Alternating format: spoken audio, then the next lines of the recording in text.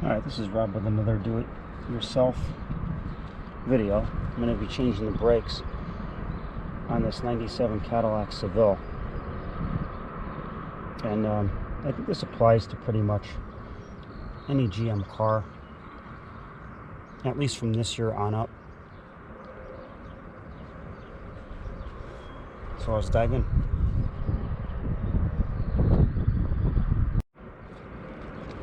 Alright, for starters, what you want to do is crack the bleeder screw on the caliper, because when you collapse this caliper, you don't want to push the old fluid back into the system.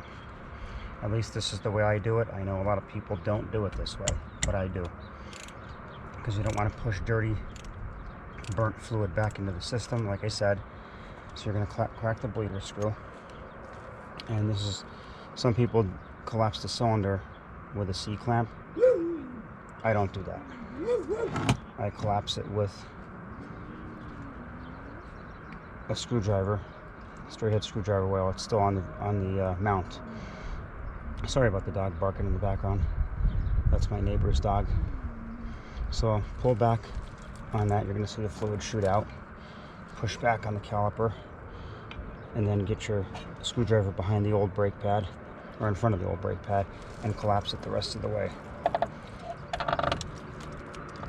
That's the way you do it. That's the proper way to do it.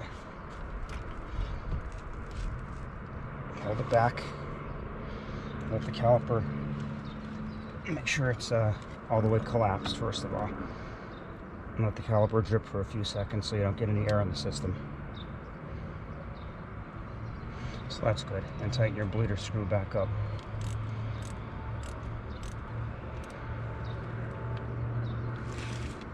Alright, and the bolts that hold the caliper onto the mount, these are 15mm. I think they're 15mm. That socket seems kind of tight. Yes, they definitely are 15mm. This probably has a little bit of rust on it, or some kind of debris on it. We'll get it off though. So it's a 15mm, 3/8 ratchet will do.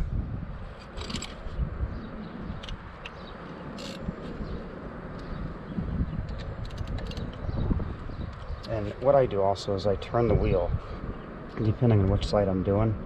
I turn the wheel all the way to the right because I'm doing the right side. It's just easier to get at everything. That's a little bit tight. Looks like I'm gonna have to use a breaker bar on that one. A breaker bar and my trusty pipe to extend it. I don't know why they put the caliper bolts so tight. They don't have to be that tight.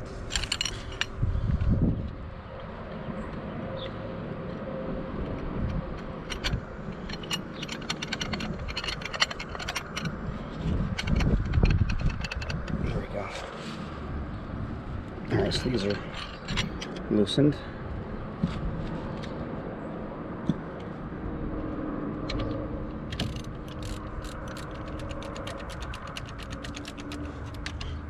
This bottom bolt's giving me a little bit of trouble here. There we go.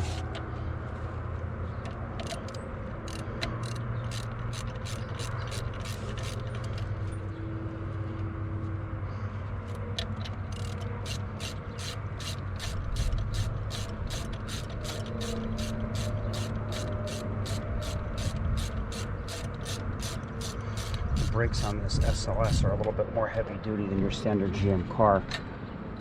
This is the North Star engine in this, and being that it's Cadillac, a little bit heavier, so they have a little bit heavier duty brakes on them.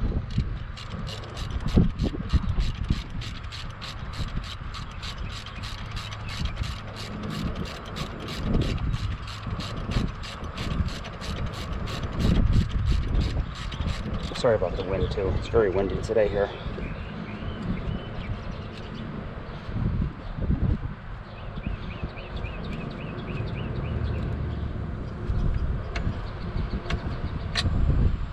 There we go. Here's your slide, basically your slide pin, your bolt. Just make sure you grease these up before you put them back on. And you can slide your caliper off.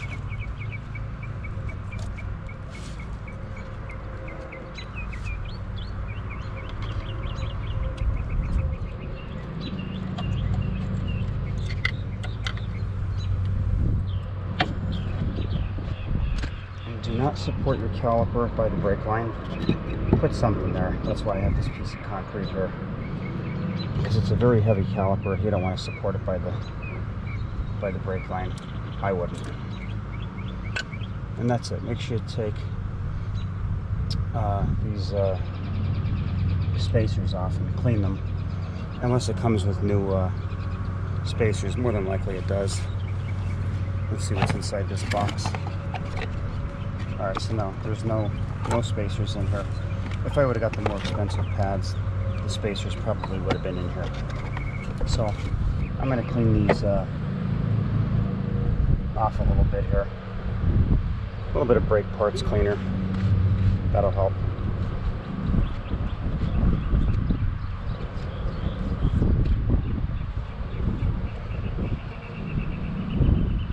Shut the video off for a second and move my camera because I don't want to get brake clean all over my GoPro because it's very windy here today and it's going to blow back at the camera. So I'm going to move this camera. I'm going to shut it off for a moment or two.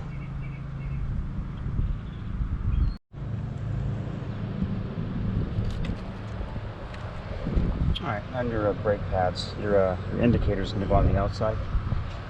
So make sure that's correct, and I usually put a little bit of anti-seize. I have some anti-seize here that I put on this part of the pad and down here where it contacts the spacer on the mount here. You don't have to go crazy, really, just put a little bit right there on the sides.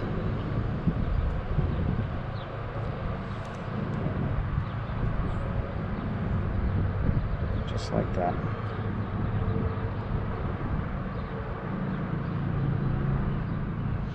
Beautiful day to work on a car. Also a beautiful day to be at the beach, really. I'd much rather be at the beach than doing this. But you get a do-it-yourself video out of it. So there's the outboard pad that's on.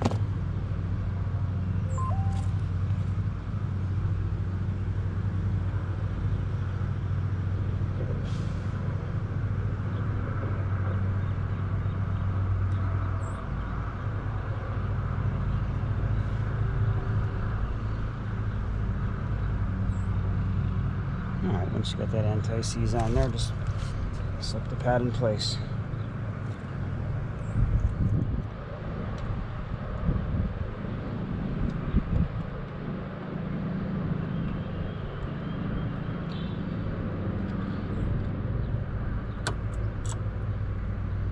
There's always one that gives you a tough time for some reason or another. Don't know why that is, but it seems to be the norm.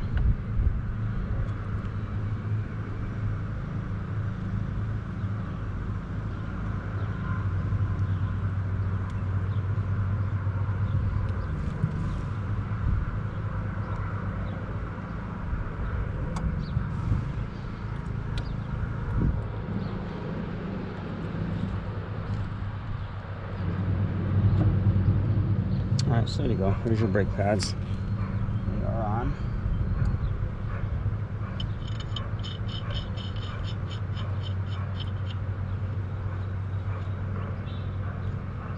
I'm just slipping one of the lug nuts back onto the rotor to hold it steady while I put this back together. Makes the job a little bit easier.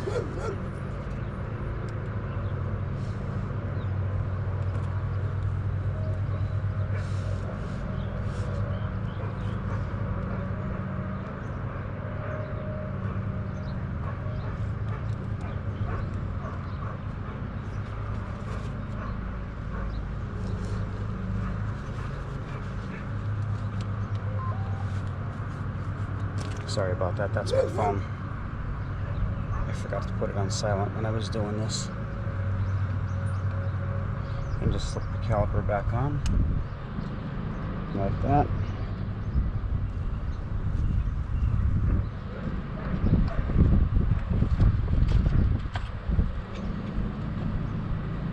And again, don't forget to put fresh anti-seize on the pins here, because you definitely don't want these to freeze up on you. So you'll have your caliper hanging up. Put it on the threads too, right here on the threads.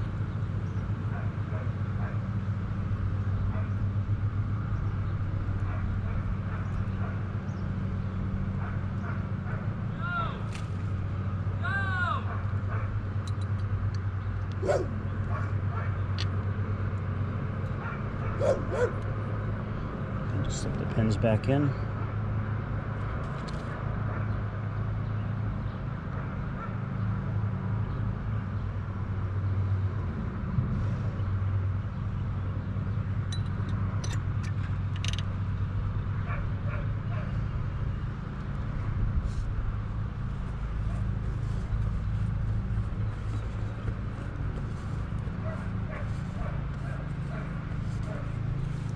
On the other side, I'm going to show you how to, when I get to the other side, I'm not doing just brakes. I'm going to do the rotor too. I'm going to change the rotor, and I'll show you how to do that as well. That is pretty much the standard procedure on pretty much every GM car, at least from this year on up. And once you're done changing your brakes, just make sure you pump up your brake pedal, because you don't want to drive away and have no brakes, because you will have no brakes initially until you pump up the pedal. Don't want you to get in an accident, so make sure you do that.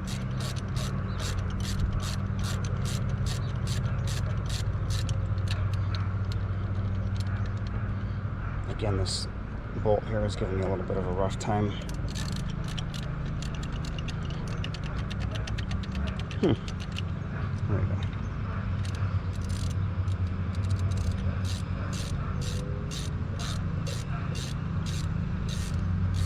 Then I'll show you on the other side when I do the rotor and the brakes on that other side. I'll show you a little trick that I use, an extra step, I guess you would call it, on how to keep your rotors looking good instead of getting all that surface rust on them like they do. And I promise you I'm going to quieten that phone down so you don't hear it anymore. So just snug these bolts up. You don't have to air ratchet them down or anything like that. There's no reason to do that.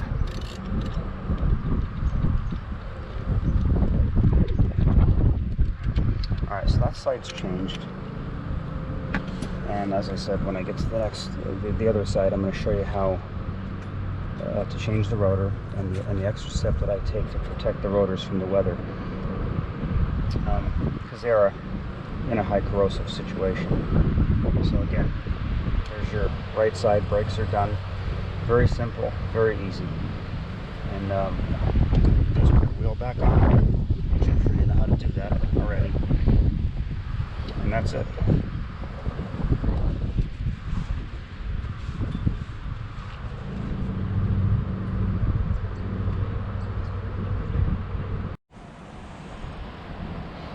Alright, so here we are on the left side of the 1997 Cadillac Seville SLS, and this time we're going to change the rotor.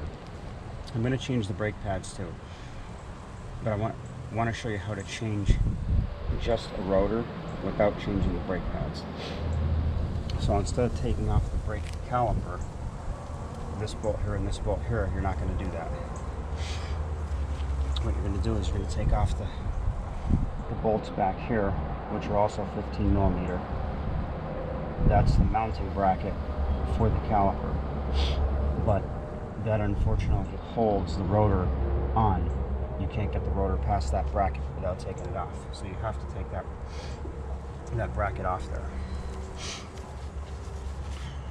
So these bolts were pretty tight on the other side, so I'm going to use my pipe again for more leverage, just to crack them. That was very tight. I don't know why they put them this tight, but They do. Somebody did. Not me, that's for sure.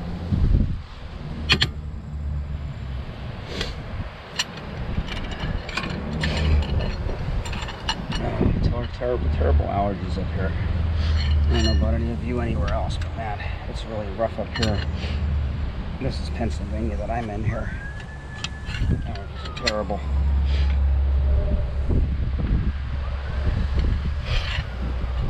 Alright, so that bolt should be loose enough where I can get it with the ratchet now. Again, it's a 15 millimeter. You're probably better off using a 1/2 inch drive, which I should have used. 1/2 inch breaker bar on this, but I didn't. I just used my pipe on the end of the breaker bar.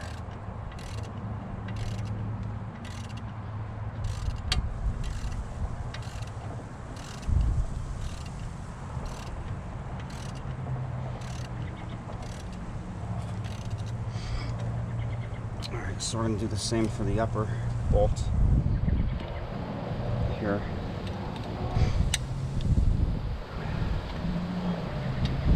Yeah, I would have never put these this tight. I mean, maybe they were never off the car. I don't know. The car has 87,000 original miles. Maybe they were never off. It could be.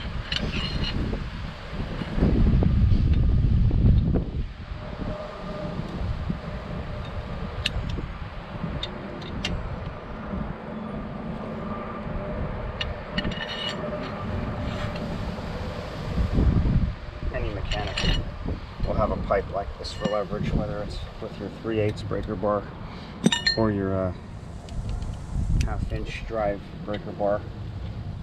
Most mechanics use the pipe. They don't recommend a pipe because I guess they say, you know, avoids the warranty of the tool, but I don't care. We'll use it anyway. If the tool breaks, we'll buy a new one. We'll just tell them we didn't use a pipe. That's all, right?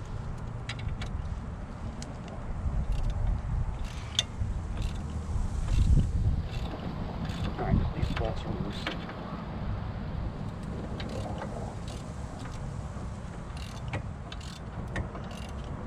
The reason I'm changing the rotors on this in the first place is because this Cadillac sat for about 3 years, and the rotors developed a horrendous high spot where the brake pads rested, and you can feel it really bad when you apply the brakes.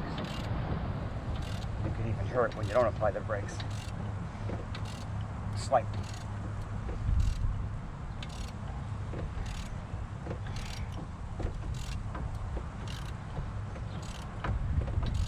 Not to mention the rotors are thin too. 87,000 miles, more than likely. They were never changed. So maybe these bolts were tightened like this from the factory, because I know they put Loctite on these mounts, on these mounting bolts.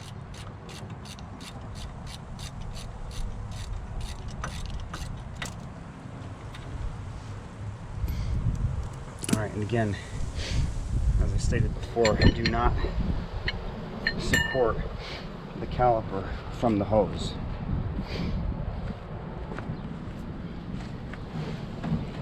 Push my drain in here.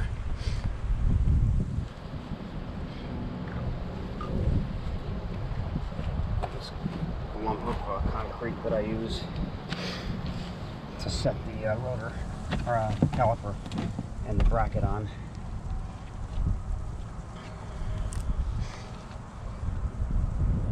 And make sure when you start your job, do yourself a favor and spray everything with penetrating oil.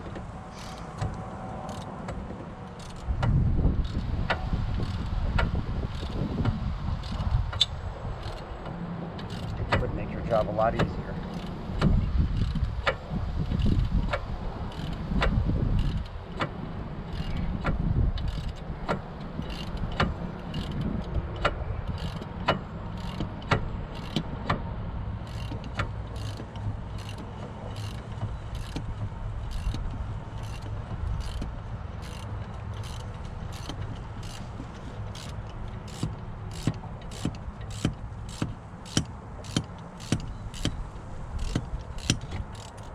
so that bolts out as well. And then just move your caliper over here, support it. This rotor might need a hit. I might have to hit this one off because there was a lot of rust around the hub area of the rotor, so I might have to tap this one off. The other one fell. Yeah, the other one fell right off, but this one's not moving for me, so I'm going to give that a little tap.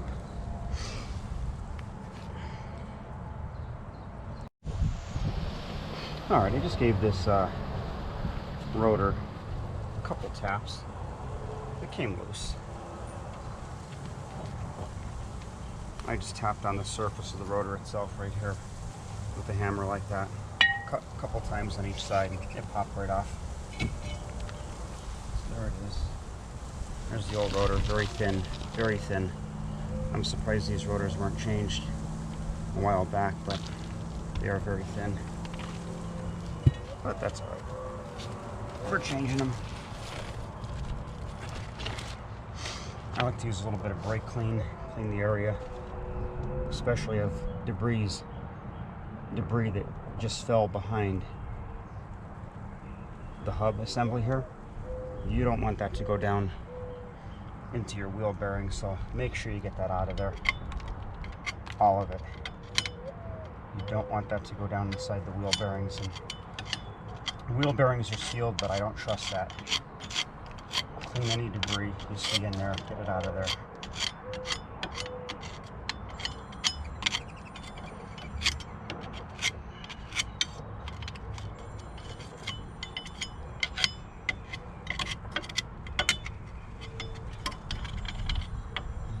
I guess I forgot to put my phone on silent. A little bit of brake clean. I wouldn't spray too much brake clean in there by that area, by the bearing area, because again, you don't want brake clean to go inside the bearing. So just a little bit. A little bit will do.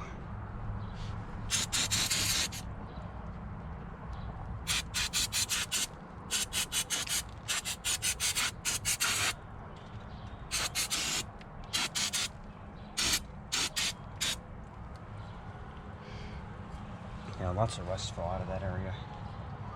I like to leave everything back up, so I'm using silicone spray. You could use penetrating oil if you want.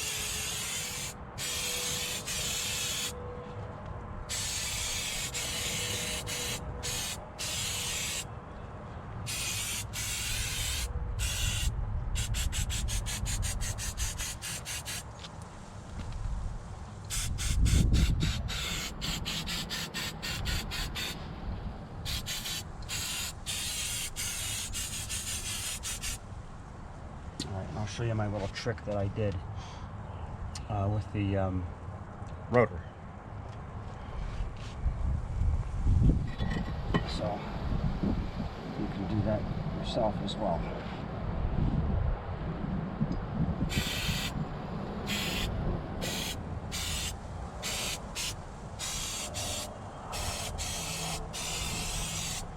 Yeah, I like to lube stuff up. I use a lot of lube. Don't be scared.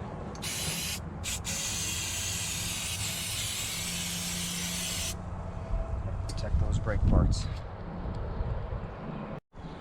Okay, what I was talking about earlier about protecting the rotor is something that I do when I do a brake job. Most folks don't. That's up to them.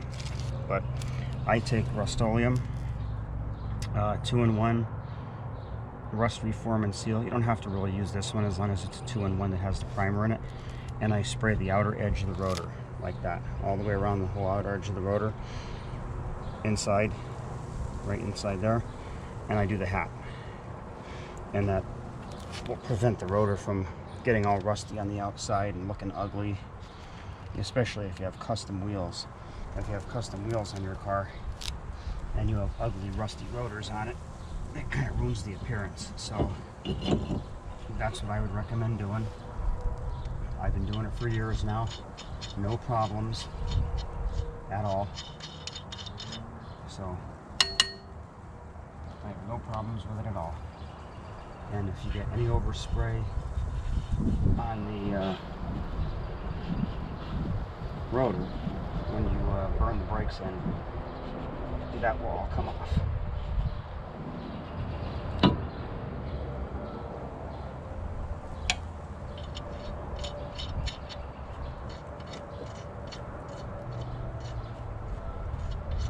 A lot of debris in my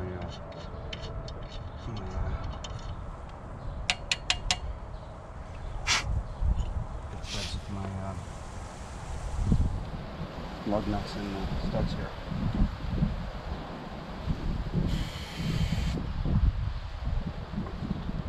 You can just wash the lug nuts out. Silicone spray if you wish.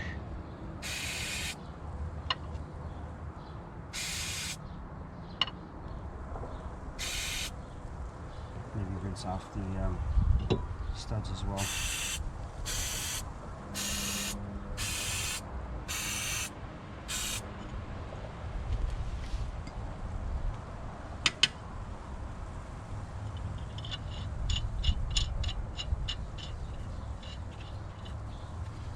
There's a lot of debris in these threads for whatever reason.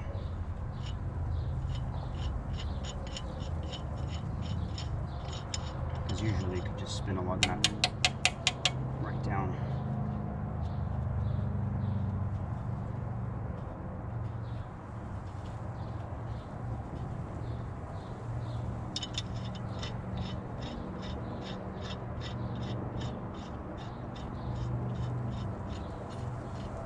Like that one.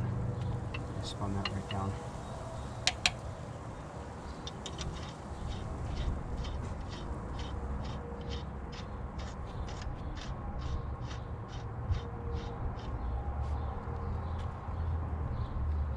I basically just do that to hold the rotor in place. You don't have to do it. I do it though. Alright, so then you take your whole assembly and put it back on and put your mounting bolts on the back of the bracket. Like so.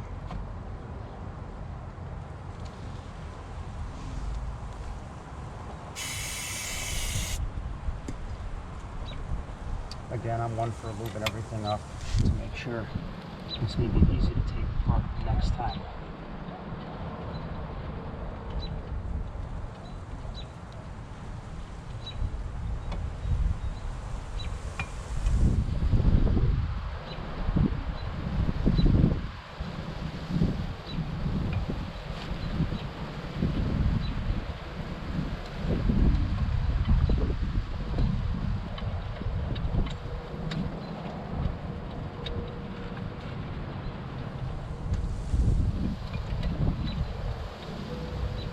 That's going to be a little trouble.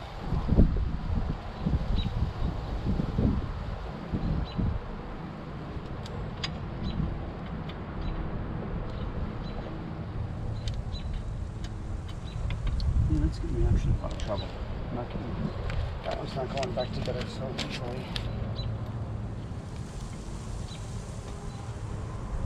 If I can see it here.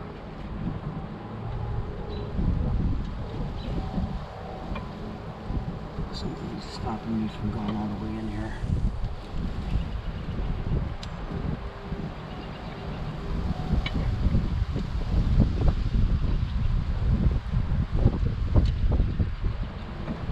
Alright, so there it is.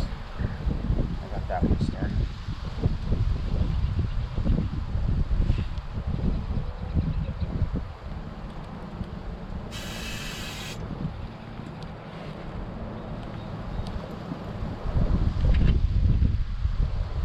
When you start one, the next one should be pretty easy to get back in there. And that's it. That's how you change the rotor on pretty much any GM car from this year on up, even years before this. Yeah, I would say any year on up.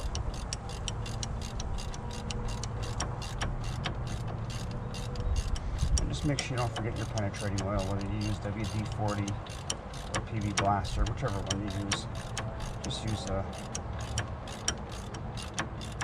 penetrating oil before you start taking off all these bolts. And before you put them back as well. Just makes the job a little bit easier.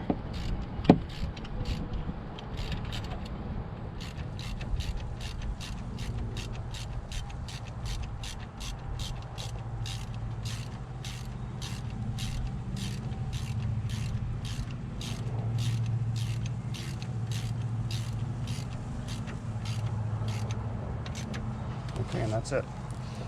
Another do-it-yourself video. I hope you get something from this. That was changing the rotor on a 97 DeVille or any GM car on up, and possibly other cars probably have this same setup or something very similar. So that's it. Thanks for watching.